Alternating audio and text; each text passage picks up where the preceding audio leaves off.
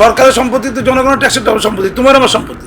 যখন তখন সরকারের সম্পত্তি ভেঙে দিচ্ছে। সিএ এর সময় 50 কোটি টাকার রেল ভেঙে দিয়েছিল, উড়িয়ে দিয়েছিল, পুলিশ তত্ত্বের খামছে। মসজিদের পাশে সরিয়ে দিয়ে ভালো করে করলে ক্ষতি কি আছে?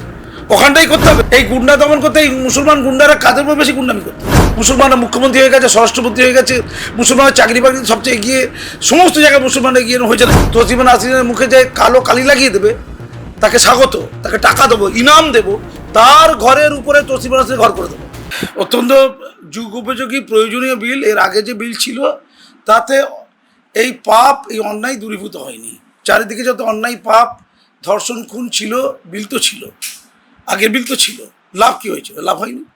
এখন বিলটা আসাতে যদি কড়াকড়ি হয়, তাতে যদি 100টা পাপ মোচন করতে গিয়ে 2টো ভুলও হয়ে যায়, হোক, 100টা পাপ তো মোচন হবে, বার্তা যাবে। নতুন সরকারের আমরা একটা বার্তা যেতে হবে যে এই নোংরামিটা চলবে না।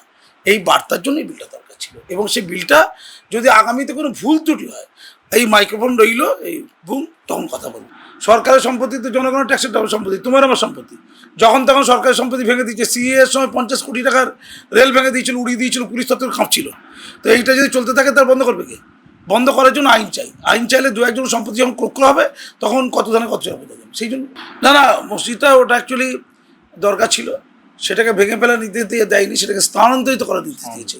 ফলে ওখানে জাতীয় সুরক্ষা বিপন্ন হচ্ছে, জাতি সুরক্ষা বিপন্ন হচ্ছে। জাতি সুরক্ষা এবং দেশের সুরক্ষা, ঊর্ধ্বে ধর্ম নেই।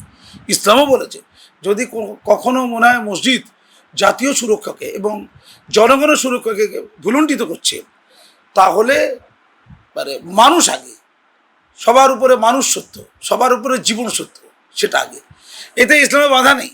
কিন্তু ঘটনা হচ্ছে মুসলমানদের একটু হই করতে হবে না, ওই না করলে নেতা হই করে, বোঝেই না তো এরা সব করতে হবে না করতে। মসজিদের পাশে সরিয়ে দিয়ে ভালো করে করলে ক্ষতি কি আছে?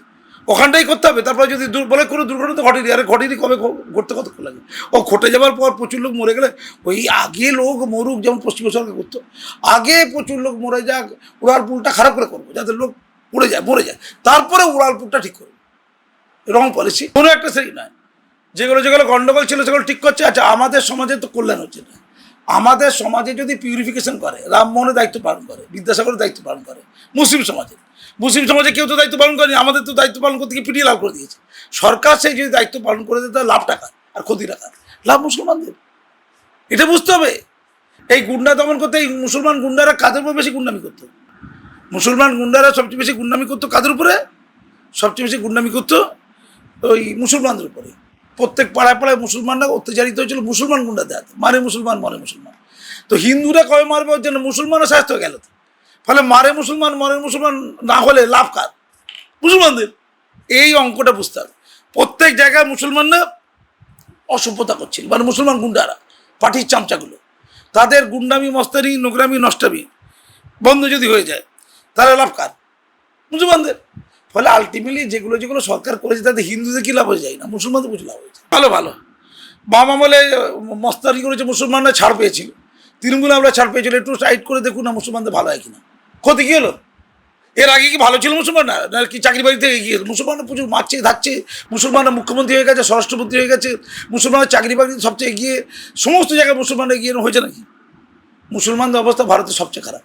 সেই মুসলমানরা যদি একটু ন্যায় পায়, একটু উন্নতি হয়, একটু সুস্থতা আসে, একটু সামাজিকতা আসে, একটু ডিসিপ্লিন আসে, একটু ভয়টা তৈরি হয় মুসলমান সমাজে গুন্ডাদের, প্রথমে লাভ হচ্ছে মুসলমানদের, তারপরে দেশের মানুষের, তারপরে দেশে। এ নিয়ে শতরূপ বলে একজন সিপিএম করেছে, বলেছে তসলিমা নাসরিন এসে দিলীপ ঘোষের ঘরে ছাদে ঘর করে থাকুক। আমি বলছি, ইমাম বরকতি আছে না, যে ওকে বলেছিল তসলিমা নাসরিনের মুখে যে কালো কালি লাগিয়ে দেবে, তাকে স্বাগত, তাকে টাকা দেবো, ইনাম দেবো, তার ঘরের উপরে তসলিমা নাসরিনের ঘর করে দেবো। থাকবে, মুক্ত চিন্তা থাকবে। কেউ ভুলভাল বললে সেটি প্রতিবাদ হবে, প্রতিরোধ হবে। তরওয়াল হচ্ছে যে পেনের শক্তি শেষ বেশি, 20 বছর বড় হলো থাকবে। তোমার যদি মনে হয় তোমার মতের সাথে মিলছে না, তুমি তার বিরুদ্ধে লেখো, নাহলে আদালতে যাও, তুমি মেরে দেবে, তাড়িয়ে দেবে। এত বড় সাহস তোমার? ইসলাম দিয়ে কি সাহস? এটা ভণ্ডামি হচ্ছে, নোংরামি হচ্ছে, এতে মুসলমান সমাজের ক্ষতি হয়েছে, লাভ কিছু হয়নি। সব ধাক্কাধুকি তো হয়েছিল, আর আমাদের তো মেরেই দিয়েছিল, কুমায় পাঠিয়ে দিয়েছিল। আমরাও সেই মুক্ত চিন্তার কথা বলতে গিয়েছিলাম। মাত্র এগুলো চলবে না। এগুলো না চললে কার ক্ষতি, কার লাভ?